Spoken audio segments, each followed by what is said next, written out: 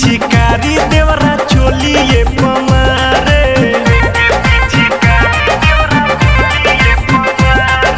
लेके पिचकारी देवरा ढोढ़िए पमारे। कहाँ घर है? आरा आरा छापारा छापारा तो आरा बलिया बक्सर छापारा सीमांत सब मिला के कीजिए, बजाइए। लेके पिचकारी देवरा लोहंगे पमारे।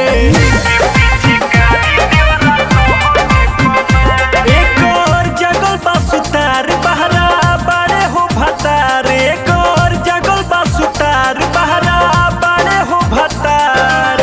खोल दिल पैंट सुत घूमे उघारे। कट। कौन गाना है? होली का कौन गायक है? सोनिया। धनिया तो खोल के कीजिए, बजाइए। खोल दिल पैंट सुत घूमे उघारे। लेके पिचकारी देवरा लोहंगे पमारे।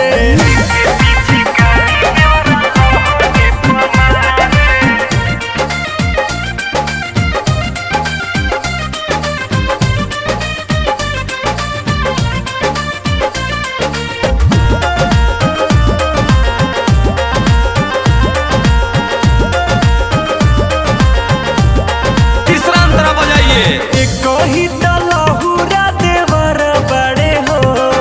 ले ले पिचकारी लो बहर बड़े हो। एक ही दलहुरा देवर बड़े हो। ले ले पिचकारी लो बहर बड़े हो। भिसकिया रोम दुनो एके में ढारे। का नाम है?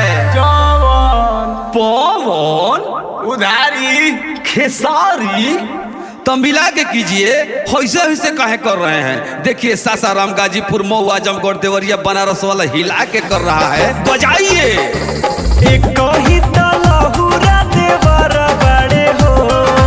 ले ले पिचकारी लो बहर बड़े हो। भिसकिया रोम दुनो एके में ढारे। लेके पिचकारी देवरा लोहंगे पमारे।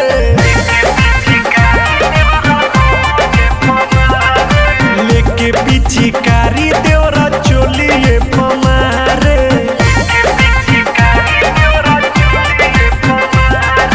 लेके पिचकारी देवरा ढोढ़िए पमारे। बहुत बढ़िया, एक बार फिर से बजाइए।